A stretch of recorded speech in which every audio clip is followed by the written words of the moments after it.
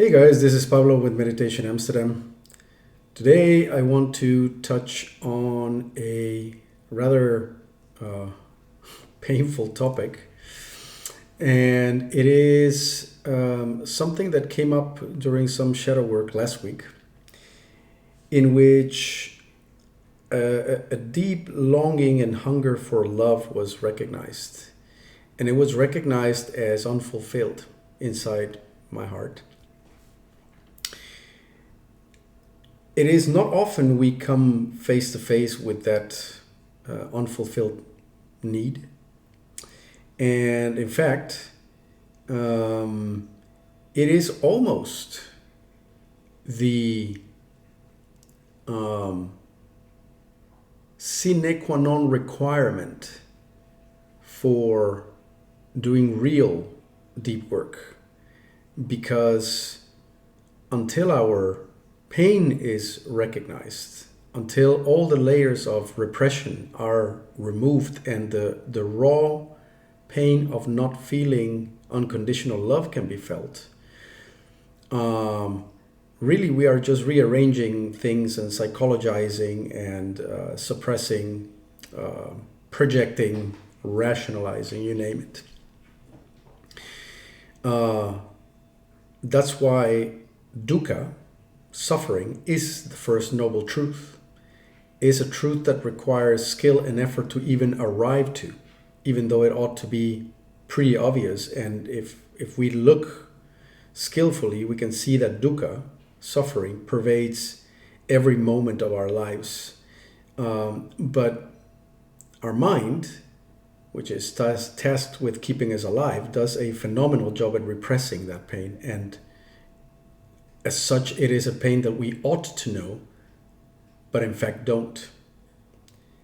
Many people go to their graves without knowing just how much pain they were actually in.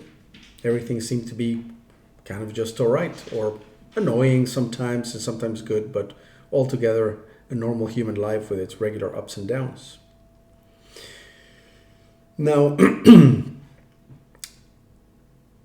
this is, I think, a cause for collective shame. I was in fact very surprised the other day when a colleague of mine, who's always acting sort of in a very shrewd and somewhat aggressive kind of way, after a few drinks one night out with the team, on the way back on the cab, said to me, "Do you know what love is?" She says, "What is love?" she asked. And that was incredibly revealing and a vulnerable thing to ask, because to admit that you don't know what love is, you may as well be saying that your life is hardly worth living, actually. But see, in our collective culture, we are kind of entrained to believe that if we received good caregiving by our parents, if they were affectionate towards us, and if we are well taken care of, and the rest of that, if you have good friends who would go the extra mile for you or who you can trust, if you have a partner that is faithful to you, then you are supposed to know what love is. And I don't think we do, as a matter of fact. I think all of those things are based on emotionality, physical closeness, hormones, shooting such as serotonin or oxytocin, right? And we say to ourselves, therefore I know what love is. And that's if you're lucky, by the way, right? So if you can tick all those boxes of your parents, your partner, and your friends being affectionate to you, you therefore ought to know what love is. And yet something feels missing.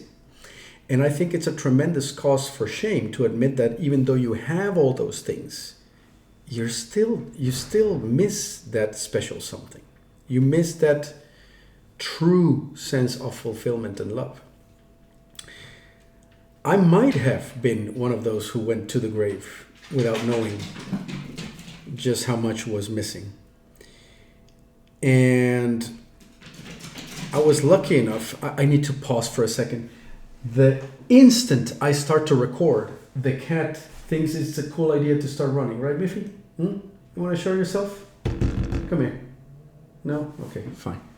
Now shush. So there, that's all the love you get.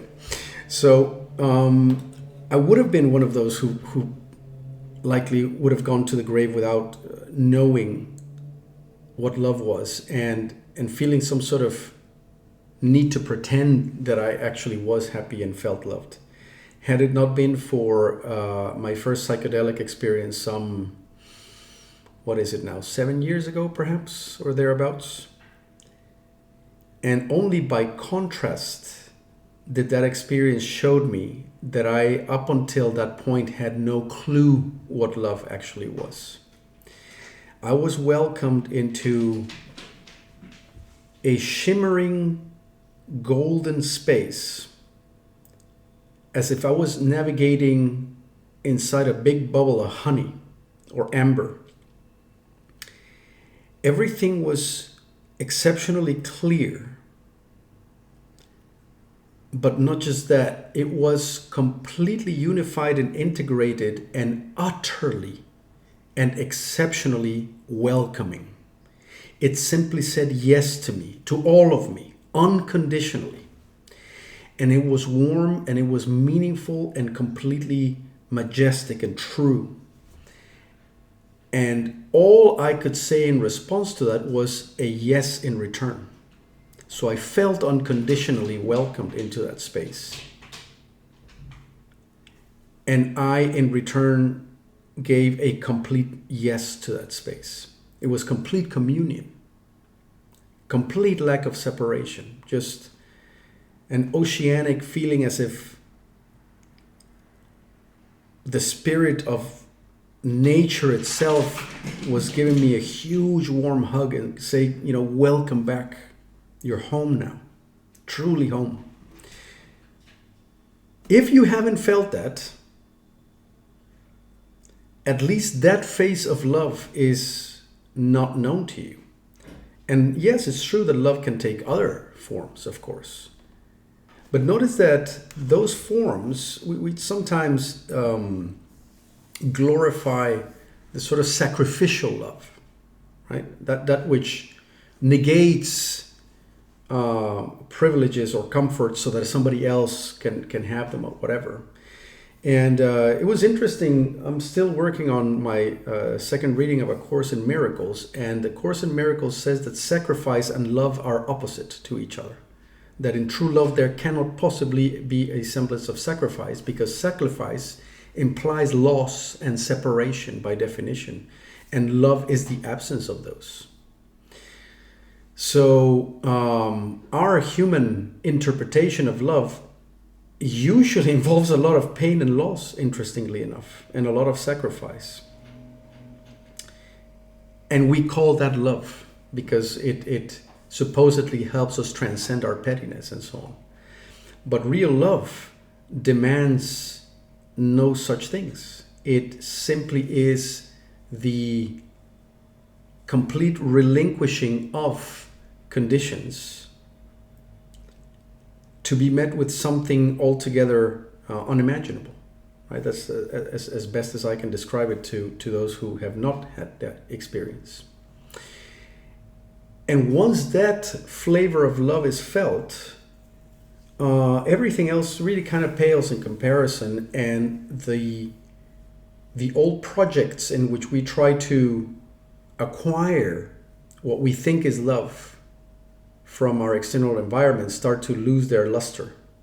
They stop losing their halo of specialness or that kind of glamour.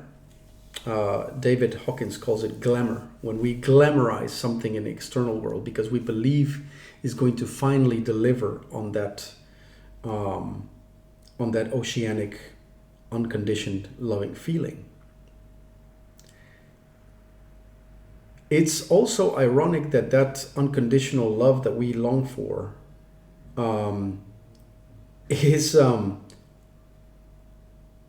met by the mind, or rather presented by the mind as something that requires conditions to be met. Now, that is, of course, by definition not true. Unconditional love requires no conditions. And yet at the same time, our mind needs to be clarified to come and understand that. And so clarity of mind and purity of heart are ironically conditions so that unconditional love can be accepted.